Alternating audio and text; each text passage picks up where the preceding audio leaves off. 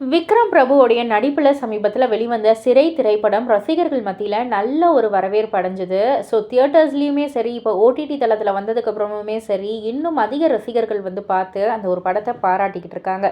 இது எல்லாத்தையும் தாண்டி இதில் விக்ரம் பிரபுவோடைய ஆக்டிங் எந்த அளவுக்கு வந்து எல்லாராலையும் பேசப்படுதோ, அதே போல் அந்த படத்தில் நடித்த அந்த பையன் அக்ஷய் குமார், அதாவது அப்துல் அப்படின்ற ஒரு கதாபாத்திரத்தில் நடிச்சிருப்பார் இல்லையா?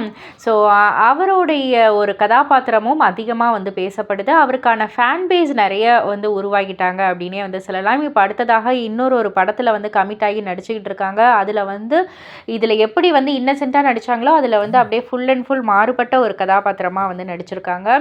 ஸோ ரசிகர்கள் மத்தியில் நிறைய எக்ஸ்பெக்டேஷன்ஸ் இருக்குது. இந்த நிலையில் இப்போது அப்துலோடைய முதல் படம் வந்து என்ன அப்படின்ற மாதிரி தான் வந்து ரசிகர்கள் நிறைய தேடி இப்போ எடுத்திருக்காங்க.